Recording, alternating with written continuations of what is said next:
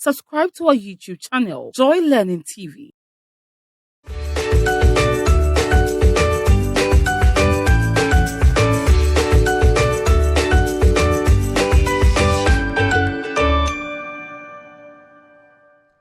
Hello, lovely students.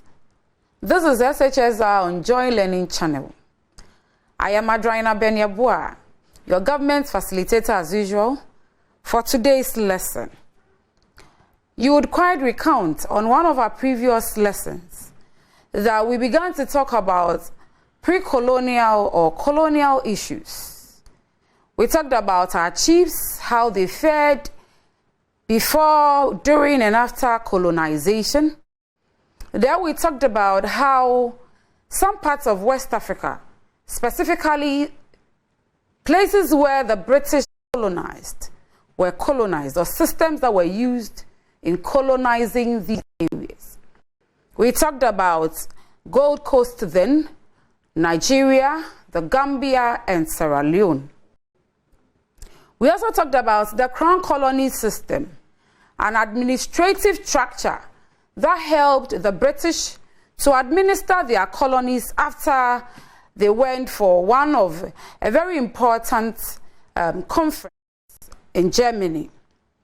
Today we will talk about how the Crown Colony was used and the system of government put in place so that the British or the British colonial system could be administered in their respective colonies.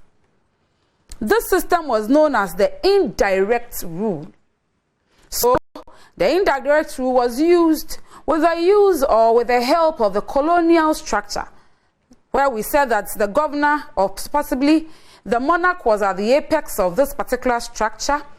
Then came the Secretary of State for the colonies, and then came individual governments for each of the colonies under the British colonial rule. After them came the legislative and the executive councils. Today we'll talk about the Indirect Rule. It's an English word, isn't it?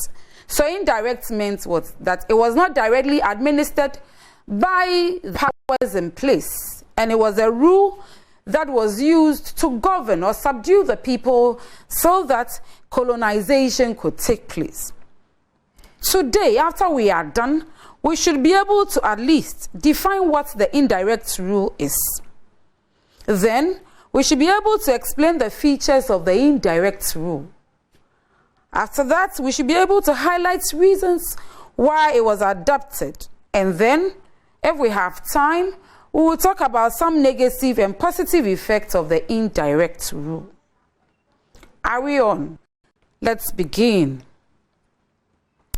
Let's talk about how Indirect Rule came all about. Between the 17th and 18th century, British had found ways to conquer India and other colonies, and had been successful in colonizing here with the use of the Indirect Rule. Then Lord Lugard tried it in some parts of Nigeria between 1914 and 1919 AD and succeeded. He then wrote the Mandates in Tropical Africa in 1922. This had given the clue to other British colonies elsewhere on how to rule their colonies. So this is how the Indirect Rule originated. At a point in time, the Indian people had been colonized with the use of the same system, where the colonial power itself had not had direct contact with the people. And so Lord Lugard wrote in one of his books, or a book he wrote on the Mandates in Tropical Africa, on how the Indirect Rule was to be administered. And so he gave other governors the chance to use it on in other colonies of theirs. And it actually worked. Let's see what Indirect Rule means.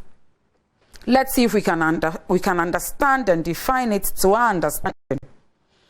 When we say Indirect Rule, we say it is a British colonial policy in which native institutions and personnel were employed to administer their colonies in West Africa. The idea of transmitting British systems under the supervision of British officials. I'm going to take it again. Indirect rule is a British colonial policy in which native institutions and personnel were employed to administer their colonies in West Africa with the idea of transmitting British systems under the supervision of British officials.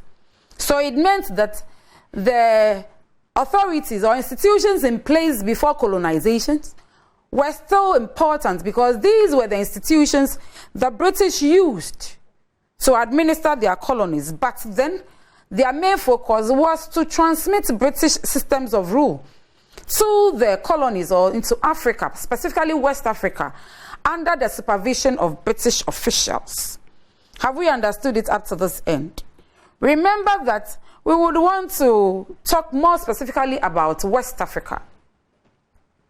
It was a system of rule used by the British colonial administration to manage her colonies.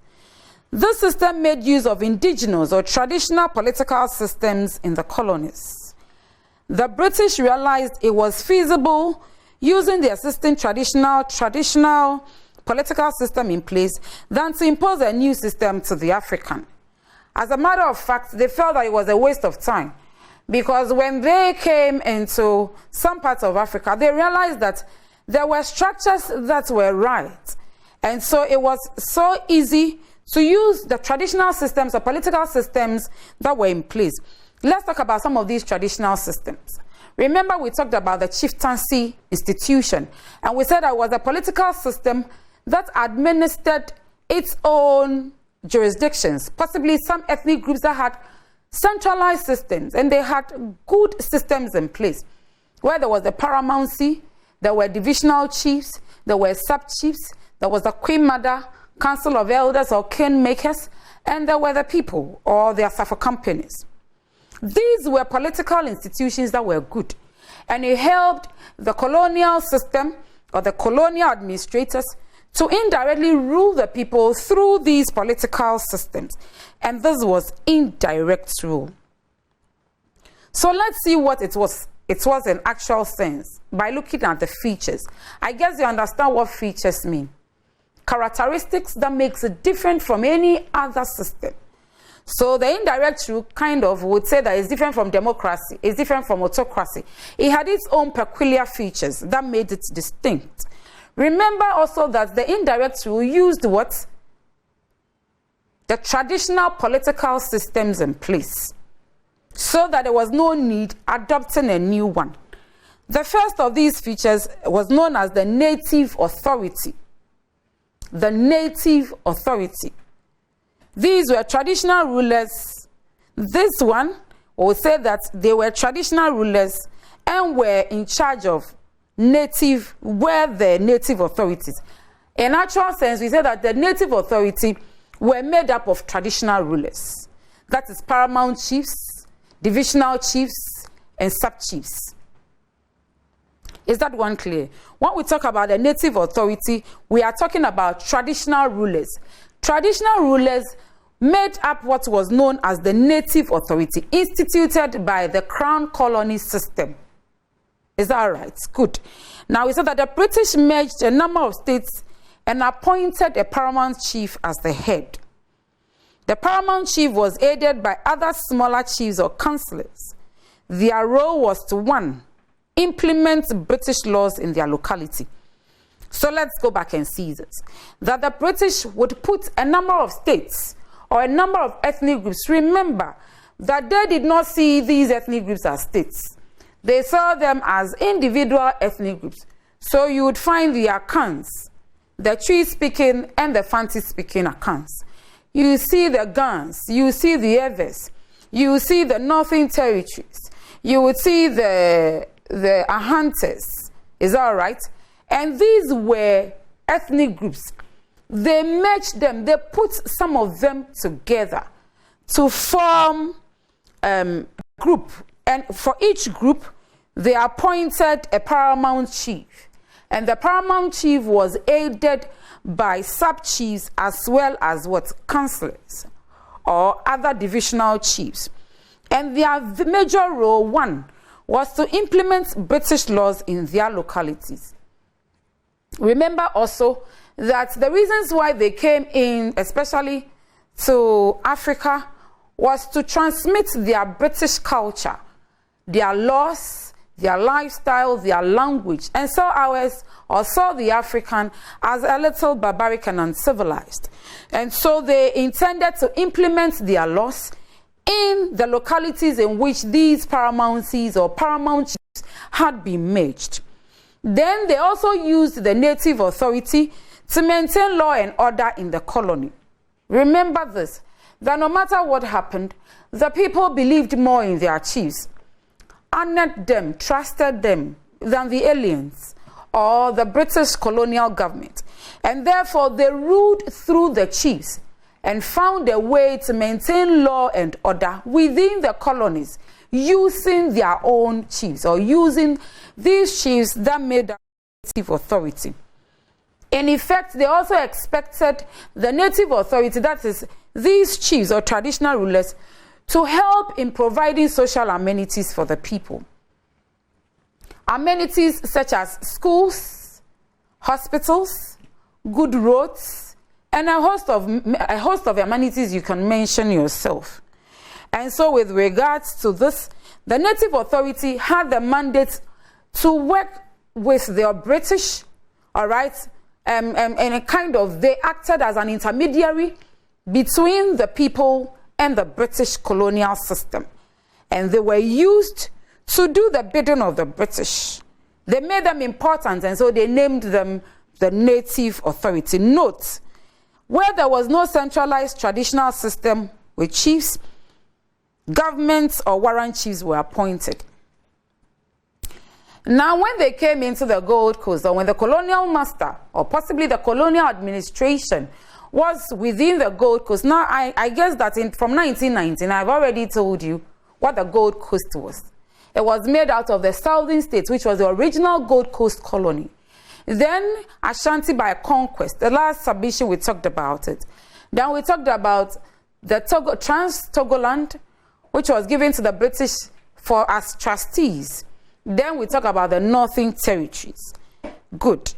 In this sense, this is Gold Coast. But in places where there were no centralized traditional system, when we say centralized traditional systems, we are talking about a system or an ethnic group that had a proper hierarchy of authority, from chiefs to queen mothers to council of elders to Asafo companies or paramilitary groups with their people. And we also said that there were the acephalous assemblies or the acephalous societies where family heads ruled their own, clan heads ruled their own, and village heads ruled their own. There was no central authority. So where the British didn't find such things, like in the Telansi clans or Telansi groups, or some places in Yoruba in the northern states, they would put what we call warrant chiefs, self-appointed or government-appointed chiefs, which is quite alien to the African society, where we said that it was the people themselves who chose their own chief, and there were lineages from where these chiefs originated from. So in this sense, we realized that it was a little different from what we saw. So these warrant chiefs did the bidding of the British and joined the native authority to administer the colonies. The second one of these features, or another feature of the indirect rule, was resident commissioners. These commissioners lived within the colonies. They lived in areas of jurisdiction. So we said the Gold Coast was divided into sections or regions. For each region, a regional commissioner was appointed. Regions were further divided into provinces. Provincial commissioners were appointed for each province. So then we have the resident commissioners, or the commissioners. Now, what we now see as Gold Coast was divided into regions. In the past, we didn't have 10 regions, but were divided into a kind of sections known as regions. And for each region, the British Crown or the British Crown system would appoint a regional commissioner over a particular region. Then the region will be furthermore subdivided into what we call provincial areas or provinces. And over these provincial areas, provincial commissioners were also appointed. Their role was to supervise the chiefs within their area of jurisdiction. So what they did was that if there was a native authority within the jurisdiction of either the regional or the provincial commissioner, he supervised what they did with regards to policies that were going to be administered, as well as the maintenance of law and order. They also transmitted formulated British policies to the people via the chiefs for implementation. They transmitted formulated British policies to the people via the chiefs for implementation. So they go for meetings, or they go to some high order meetings. They come with the formulated policies from the British. Then they will hand it over to the chiefs. And then the chiefs would administer these unpopular policies, which were quite alien to the people of Africa. They were also a link between the people and the governor, which meant that apart from the chiefs, the resident commissioners who lived within these areas and lived with the people would take the views of the people, would take the grievances of the people and move directly to the governor and let him know about it. The third feature is known as the native treasury. The native treasury was an ordinance attached to the native authority. So an ordinance is a law. I hope you are getting it. So when we say an ordinance, we are saying that it was a law attached to the native authority. This was a vault or a depository center for the collection of fines and taxes. These monies were collected by the chiefs from their subjects. A large part of this revenue source was sent to the governor to pay salaries of government officials. The rest was left in the locality for development. So the third one is known as the native treasury. The native treasury was held or was part of the native authority. In a way, we say that this is a depository or a place where we collected fines and taxes. So then, let's see how these taxes were collected. Remember that before colonization or before the colonial administration was established in the Gold Coast, in Nigeria, in the Gambia and Sierra Leone, there was no money economy. People did not know what money was. We were not using coins and notes. What we're doing was exchanging goods for goods, kind of barter system, isn't it? Today we use money and we use it for the exchange of goods and services for the value they weigh. It started in the colonial system, where taxes were imposed on the citizenry by the colonial government through the chiefs. Have we understood? The taxes were part of an ordinance, or was part of a law passed or a policy passed by the colonial administrations, possibly the legislative and executive councils and the governor would institute such taxes and will send it through the resident commissioners or the commissioners to the chiefs. And the chiefs would go down to their people, let them know what this particular policy or order was, and then they were expected to collect the taxes themselves, as well as fines from issues sent to courts. Then it was deposited in the native treasury. As and when the British administration demanded, the chiefs would send a large portion of this particular source, revenue source, to the administration of the colonial government, which was told to the people that it would be used to pay for the salaries of officials of the states, would also be used to construct roads, build hospitals, build schools, and the rest. And the rest was left, whatever was left of this particular revenue was left within the particular native authority or particular area of jurisdiction.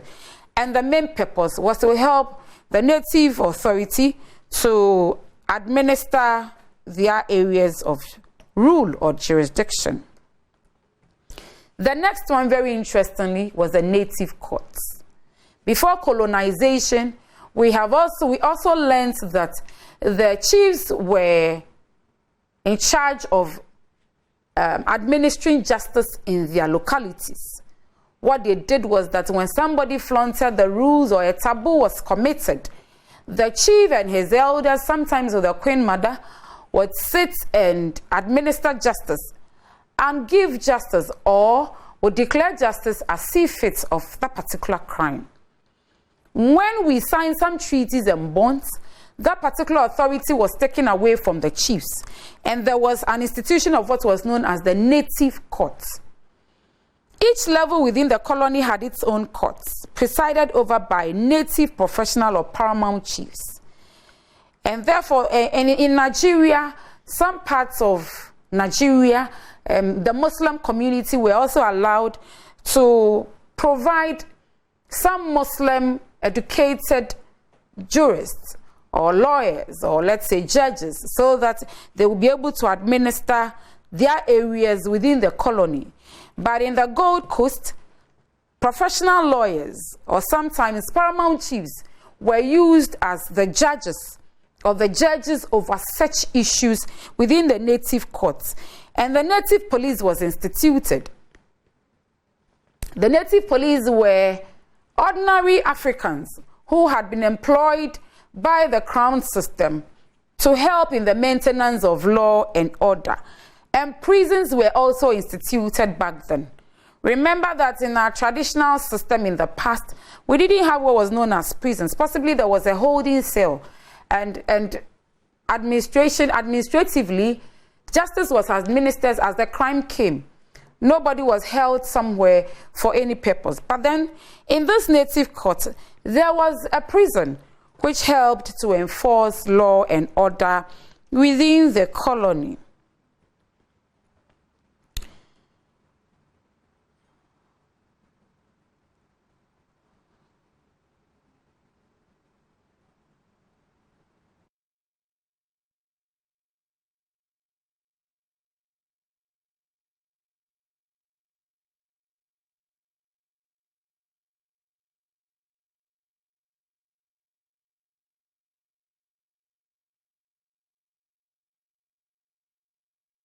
Then there was the governor of the colony.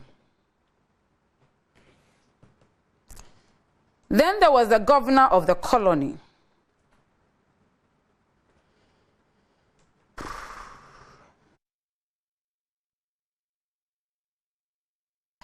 And so we'll come to the issue of the reasons why the indirect rule was instituted in West Africa. But let me go back to something. Another part or a feature we actually forgot to add to the indirect rule was the prominence of the governor.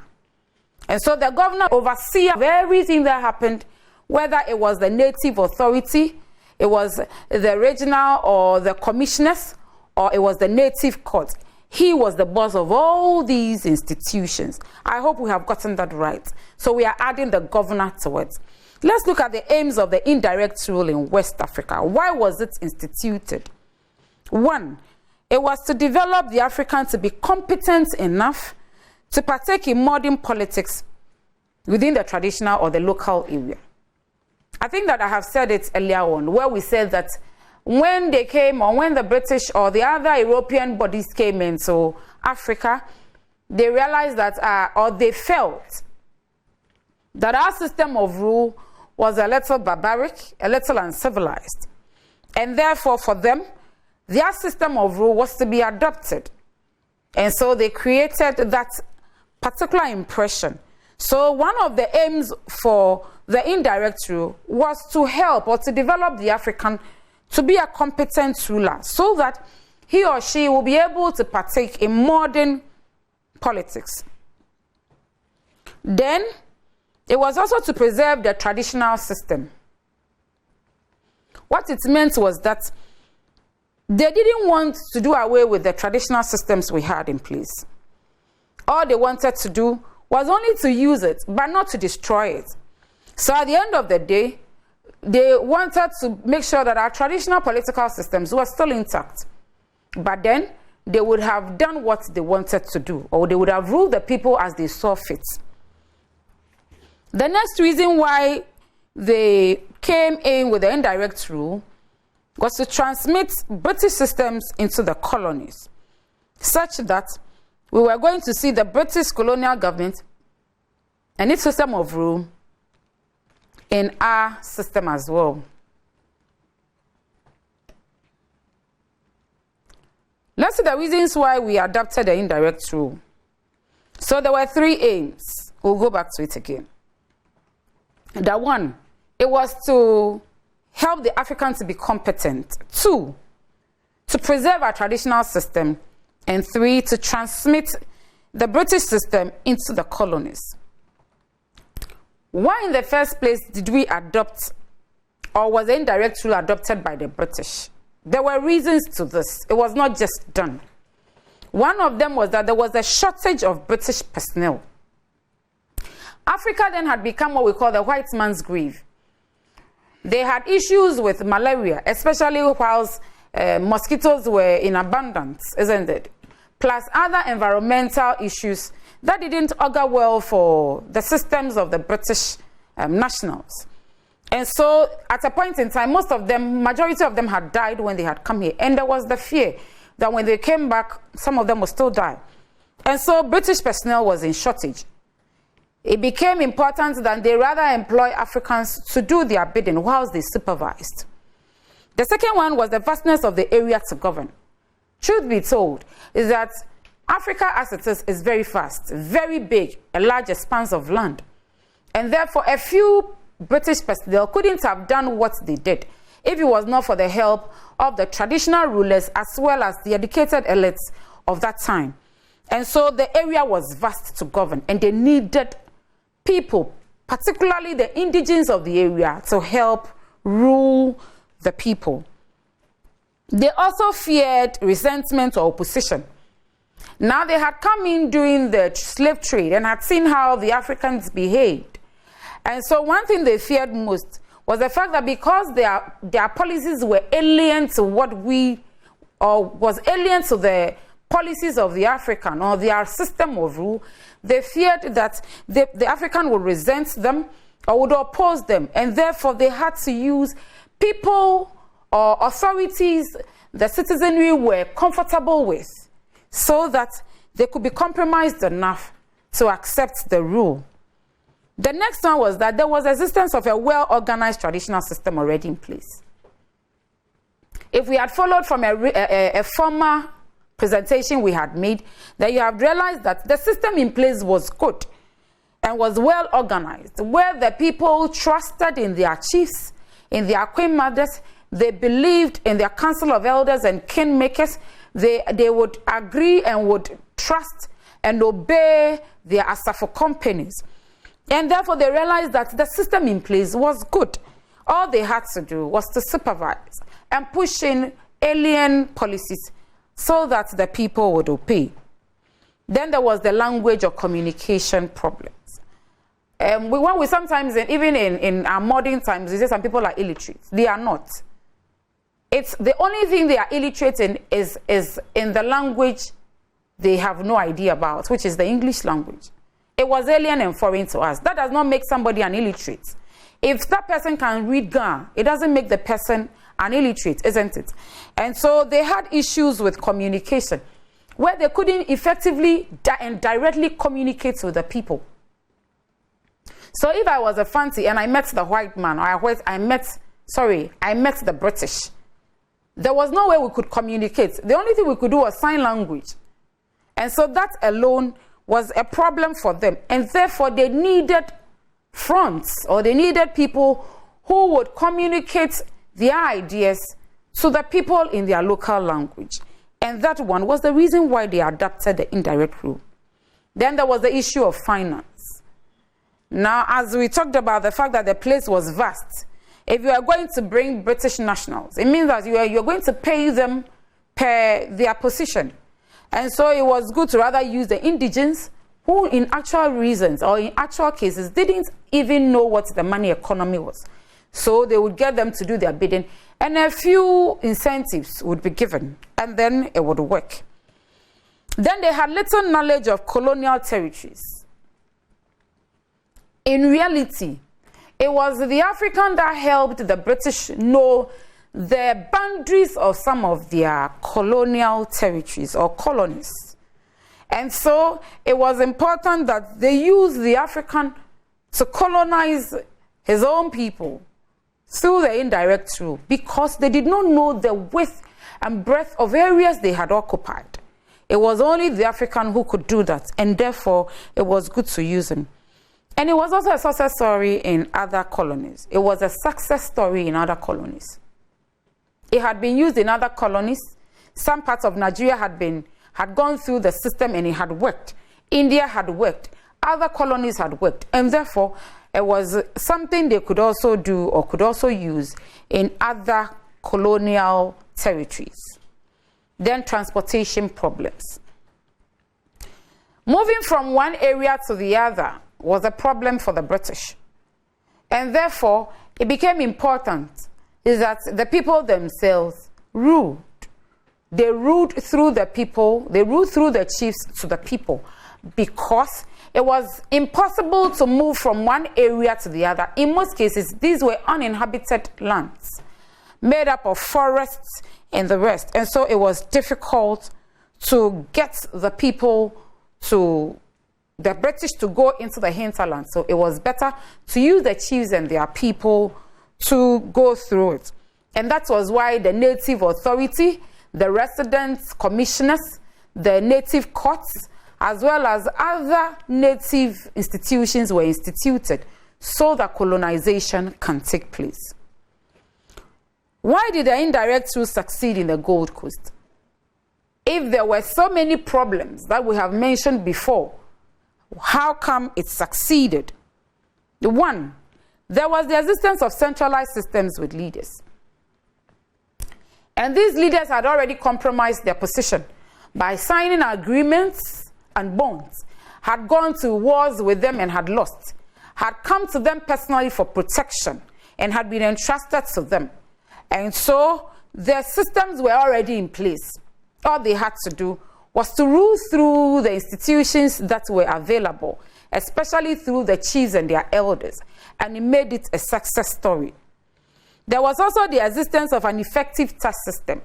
In Nigeria and in the Gold Coast, there were systems in place where the chiefs and the leaders of the communities or ethnic groups had instituted so that they could collect taxes and tributes from their people or from the citizenry.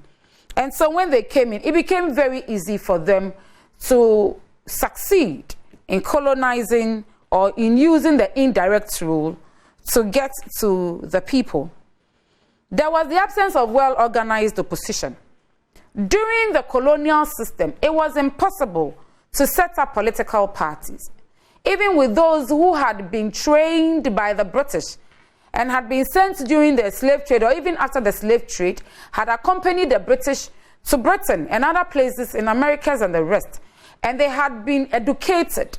It was impossible to form political parties until sometime when we had gotten ready to become self-independent, or we had become ready for we had gotten ready for self-governance. Then political parties had sprung back. But in the past, there was no well-organized opposition. Nobody opposed them. Also remember this, that there was the issue of arms.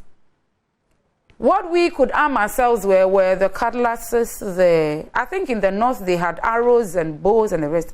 But the gun was faster. And the gun worked. They had cannonballs and the cannon, all right? And so those things were present. It became impossible for anybody to object or to oppose the British system. So that was it. Then there was the existence of the native court. The native court was overseen or was administered by the paramountcy or the paramount chief. And issues of higher degrees or we say crimes with aggravating circumstances were sent to the colonial administration.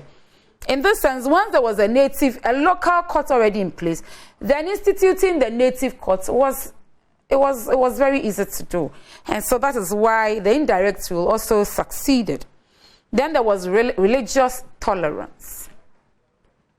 In the past, the traditional religion had been in place, where we had believed in ancestors and the deities. At the advent of colonization, it also appeared with religions like Christianity, Islam, Buddhism, Hinduism, Shintoism, and the rest. And these kinds of religions preach tolerance, that we humble ourselves so that we can get good things. That gave the African a mellowed spirit so that the British colonial government would be able to rule. Then there was a retention of some powers of the chiefs that made it impossible for them to object to the indirect rule. Remember that at some point in time when they had signed treaties, some powers of theirs had been taken from them. Remember that they did not have the power for taxation. They could not form armies. They, at a point in time, were not part of even the executive arm of government or the executive council that formulated policies for the betterment of their own people. They were also not part, at some point in time, at the very early parts of colonization, they were also not part of the legislative assembly. And so it made it more better or more efficient for the British colonial rule to succeed in the indirect rule, particularly in the Gold Coast. But in other places, they had some oppositions like in Nigeria, and it was less expensive. The chiefs will rule, collect taxes, and the taxes they collected from their own people were used to pay them. It was less expensive because the residents' commissioners were paid with the taxes collected from the people. Britain brought nothing. Everything was done here, and therefore it became very, very much easier for the colonial masters to do it, or the colonial administration to succeed. Let's talk about some positive effects of the indirect rule. Remember that we said that indirect rule is a system of rule used by the British to do what? To administer the colonies through their chiefs or their leaders. Was it effective? How positive was it? Was it beneficial to the people of the Gold Coast back then? One of them is the reduced cost of colonial administration. Take it or leave it. It was the people who pay the colonial administration. And so the issue of Britain paying its own workers here was not really functional. It was the colonies that paid the colonial administration, and therefore it was at a reduced cost, very cheap. Secondly, they also used the chiefs, and the chiefs were paid small amounts of coins and shillings and the rest, and so it wasn't really so expensive. Good.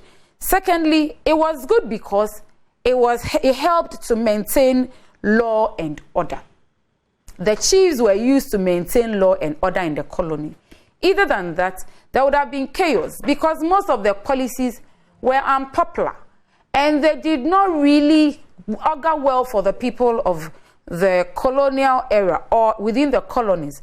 And therefore we say that it had positive effects because it helped us to put in place some institutions as we see now who will be able to administer law and order within the system. During the colonial era, we had the advantage of having the police. We had the advantage of having the what? The institution of the police. They are still here with us. Then we had the military. They have come to stay. And so at a point in time, we said that these are some of the positive effects of the indirect rule. Then there was a preservation of the African culture. Seriously speaking, after colonization, our chiefs are still where they are. Our culture was not dented. Our culture was not taken away. It still stays with us. And at a point in time, we have even said that it has been enhanced because in the past, our chiefs were not formally educated. Today, almost all of them are formally educated. So these are some of the effects positively that has affected the colonies after colonization. That is positive effects of the indirect rule. Then there was the development of nationalism. Before colonization, we never sat down together. We never agreed that we're all going to be one people. The Akans stayed in their territory. The Akans stayed in their territory. The Fantis stayed in their territory. The Anglos stayed in their territories. The Evers stayed in their territories. The Ga and Ga Dangbe stayed in their territories. The Northerners stayed in their territories. There was no time when we wanted to stand together as one people. During colonization, we found it very important through the indirect rule that we were one people, and therefore we began to develop the feeling for nationalism, the fact that we are a unifying force and that we could come together as one group of people. And that is one of the positive effects of the indirect rule. Then there was the integration of the ethnic groups. During the colonial times, for effective colonization and administration, ethnic groups were merged together. Some of them were cut off, but majority were put together. And that brought about an integration and a unifying force with the ethnic groups that are now found in what is now known as Ghana.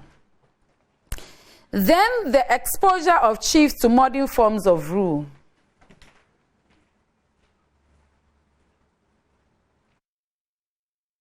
Then there was the exposure of the chiefs to modern forms of rule.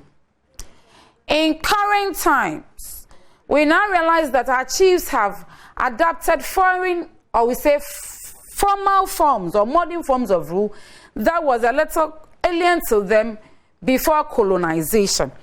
And so it exposed them, especially those who have the chance to be on the executive councils and the legislative councils. It gave them the advantage of learning some new forms of government that were different, or new forms of rule that were different from their forms of rule.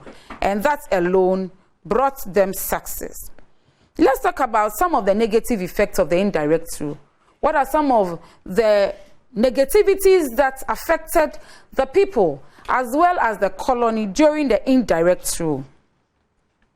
There was the distortion of chieftaincy. That is, the chieftaincy institution was distorted. Practically, even now, it is the Queen Mother who nominates the chief. It's the kingmakers who nominates and grooms the chief for installment. Is that right? Now, during colonization, with the use of the indirect rule, the chiefs could be distilled. There was an incident of an Aguna chief who was disposed of by his people, but then the tradition, let's say the colonial administration reinstalled him and made him still rule because he did their bidding. And so in that time, you would realize that the chiefs could be installed or distilled even by the British administration. And that brought a distortion in the chieftaincy institution. Apart from that, it also created a lot of problems for the people, because people who did not come from the correct lineages were allowed to be chiefs. And that has also brought about a backlog of problems for our modern society. Now the people known as the educated elites are people who had had the chance to have formal education under the British and other European bodies or European states. They had learned new forms of rule. They had experienced democracy. They had experienced some form of monarchical systems and the rest, and had come back into their colonies after the education. At a point in time, they were expected to have joined the ruling government or the colonial administration to govern the people, but then they were excluded. And that alone was a waste of brain strength, isn't it? The fact that they had studied and we could use them to administer the colonies, but they were excluded. And that was another negative effect of the indirect rule. It also encouraged frictions between the chiefs and their subjects. I think the last time we met, we said that if you're going to use another person as a betweener, another betweener was going to negatively affect your life, then there's going to be a problem between who that betweener was, isn't it? There was going to be a problem with who that betweener or the intermediary was. And so that is what happened. At a point in time, the people of the Gold Coast felt that they had been betrayed by their chiefs. They had been betrayed by their chiefs. And therefore, should I say it again? They had been betrayed by their chiefs. And therefore, it became impossible for them to trust their chiefs. Have we understood it? We say that at a point in time, it had become... And so we said at a point in time, the people felt that they had been betrayed by their chiefs and therefore couldn't trust them any longer. This created problems, especially when they introduced foreign policies brought by the British through the residents or the commissioners to the people. It created a lot of problems where the people would say, we wouldn't agree. The chief says, you have to do it. And at a point in time, it brought so much disagreement and conflict between the chiefs and their people. As a matter of fact as well, it degraded the chiefs before their people, where the chiefs will have, in the past, you would have to go and beg the chief, isn't it? And even before you saw the chief, who are you going to see? The linguist. This time, the chief had to go and beg his people so that the British wouldn't get agitated and possibly vent their anger on their people. So that alone created a lot of problem. Then it breeded autocratic chiefs. For the chiefs to be able to do the bidding of the British administration through the indirect rule, they were upgraded, sort of. Chiefs were given excessive powers to use on their own people. In this sense, we said that the Queen Mother had no say in this. Remember, we said that when the chiefs were misbehaving or they were misconducting themselves, the Council of Elders or kingmakers, the Asafo companies, could distool them. Now this time, these people didn't have so much dominance over the colonies any longer, or their areas of jurisdiction. And so the British administration gave the chiefs so much unlimited power, and that made them autocratic. They began to treat their own people poorly, and that was a negative effect that has affected us until now, because it has also degraded some of the honor and prestige we gave, or the African gave, to his chief and elders. It also breeded a corrupted system. Corruption, especially with the chiefs, who would collect taxes and would not send it to the colonial administration, who would collect taxes and use them to their own benefit, who would collect taxes and would not do what was mandated of them. And so that alone was a negative impact on the system or the colonial or the colonies. Now that we have said all this, now you realize that the indirect rule, with the use of the crown system, had its own negative and positive effect. It affected the African negatively. It also affected the African positively. All these were done because a more powerful country or a more powerful state created dependencies economically, socially, on a weaker state. Why did the educated elites oppose the indirect rule? Why did they say they didn't want it any longer? Why did they feel? Why did they feel? What was that feeling they had that the indirect rule was not appropriate for the Gold Coast? One, if it was that appropriate, then we say that they were excluded. I think we explained earlier on that the educated elite were people who had gone to European states and the Americas to study politics. Not only politics, they had also studied a lot of concepts and had studied several subjects that would have made it better for them to have administered the colonies themselves, possibly with the chiefs. But unfortunately, when they returned to Africa, the British colonial government refused to use them. It was in a later date, possibly through the Gettysburg Constitution and other constitutions, that they were given the mandate to be part of the executive and the legislative assemblies. But practically, they were excluded. One, they believed that they should have been the people who should have implemented the policies, because these policies the formulating and implementation of these policies were alien policies they had learnt in institutions outside the Gold Coast in Europe, and that the traditional rulers did not have an idea about what politics was all about. They were also excluded because they were not allowed to formulate political parties that even existed in some of these European states. And so they felt that they had been excluded. And that is why they opposed it. They did not want it.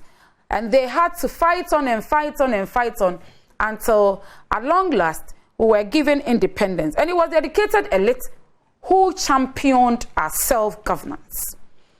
Then they also opposed it because it delayed the political development in the Gold Coast.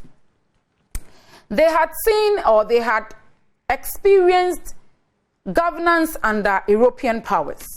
And they had seen how politically the European states had developed, had advanced in terms of politics.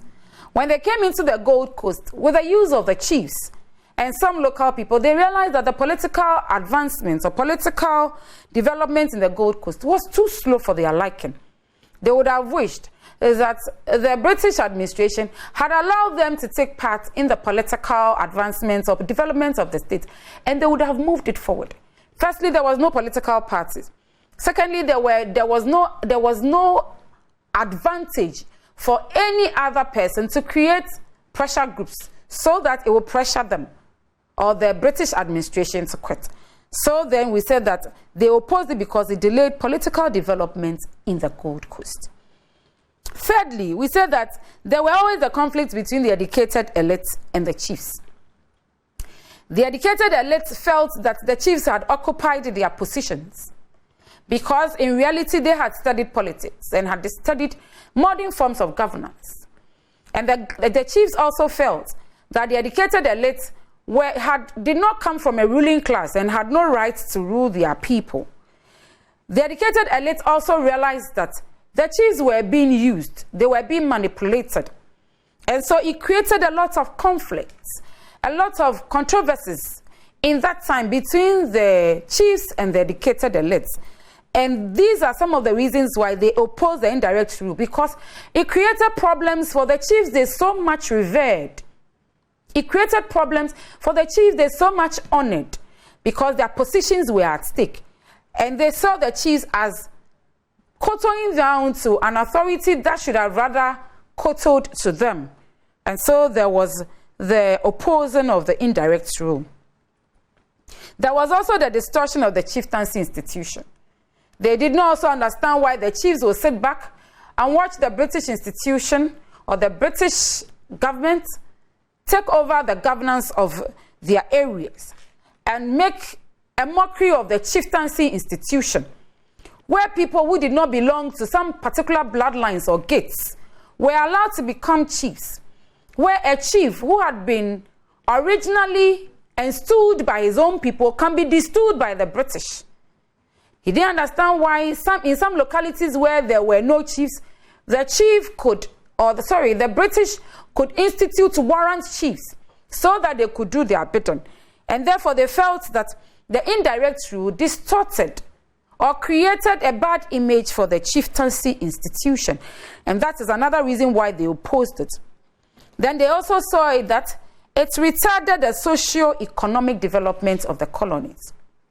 Under normal circumstances, or with some of the promises that were made by the British administration, with the collection of the poll taxes, it was alleged that it would be used to build schools, hospitals, roads, a whole lot of social amenities and infrastructural developments for the people. They realized that these things were not happening. There were no schools, there were no hospitals, there were no banks that they had seen in the European states. There was nothing that all they could see was a rule that took advantage of the African through their chiefs. What they also saw was the fact that there were institutions that only benefited the British colonial system. The use or the construction of railways to siphon or to send away raw materials from the Gold Coast, institutions that only trained British children, health facilities that only catered for British nationals. And they realized that there was a backlog of retardation that retarded the progress of what is now known as Ghana, and therefore they opposed the indirect rule because it was unfair. Then there was the absence of a training ground for future leaders. If you were to study carefully the features of the indirect rule, then it did not give room for younger people to be trained as future leaders. The impression was that it meant that the British were going to be here forever. They would rather train their own and get them to replace them when they are gone. Our chiefs were old. Our leaders were old. But then there was no opportunity or avenue where the educated elite saw that the British were grooming younger people for administrations for the future. And so they resented their indirect rule. Then came the corruption of some of the chiefs. Not all of them. We stand to be corrected. Not all of them.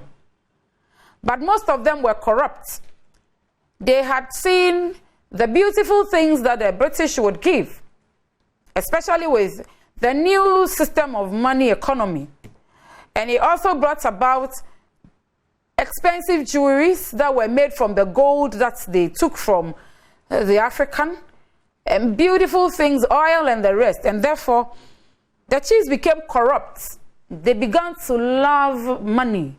They began to love beautiful things, flashy things that were presented to them by the British colonial administration. And so they became corrupt. These and more are some of the reasons why the educated elite, those who had studied outside or within the white man's territory in his own land, began to oppose and not want too much the success of the indirect rule. Have we gotten this right? So we have now realized that the indirect rule, all right, the crown system used the indirect rule to colonize the people. The colonization system was not directly done by the British colonial administration. It was done by the colonial administration through the active use of the chiefs and their leaders, of the people. And we've said that it had positive and negative effects on the people. Apart from that, there were some major reasons why the indirect rule was used.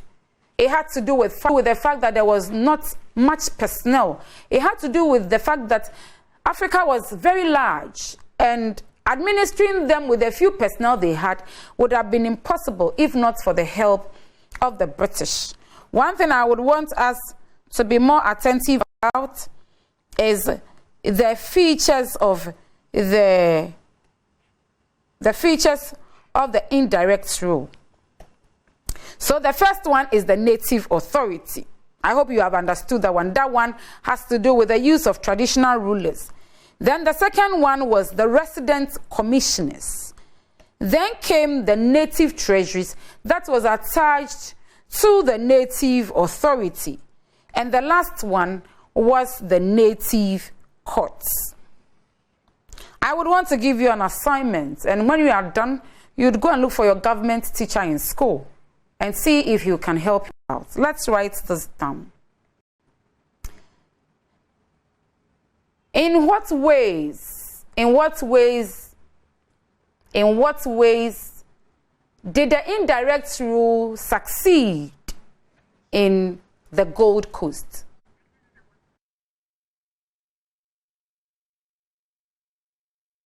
In what ways? Let's write the question again. I hope you have your pen and paper there. In what ways did the indirect rule under the Crown Colony system, in what ways did the indirect rule under the Crown Colony system of the British administration succeed in the colonies? In what ways did the indirect rule under the Crown Colony system of the British administration succeed in the colonies? I hope you have gotten it right. So when you are done, you would look for your government teacher, tell your government teacher, I've asked you to come to him or her to help you understand or possibly mark your work for you. Thank you so much. Now, in doing some of your works or in some of your studies, with the indirect rule in mind, these are some of the references you can refer to. You can refer to the GES syllabus for senior high schools, government Form 1 to 3.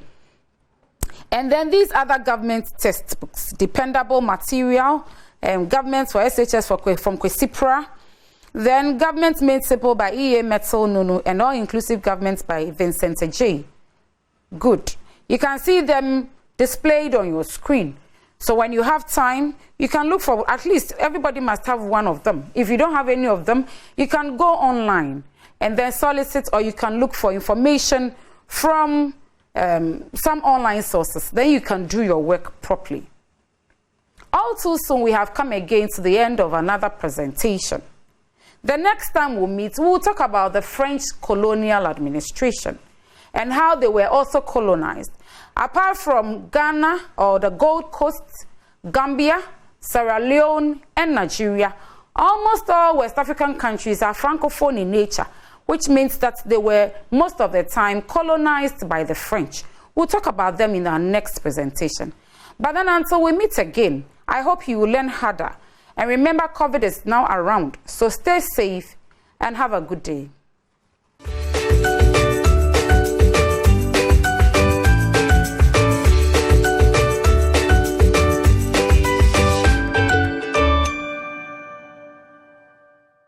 Subscribe to our YouTube channel, Joy Learning TV.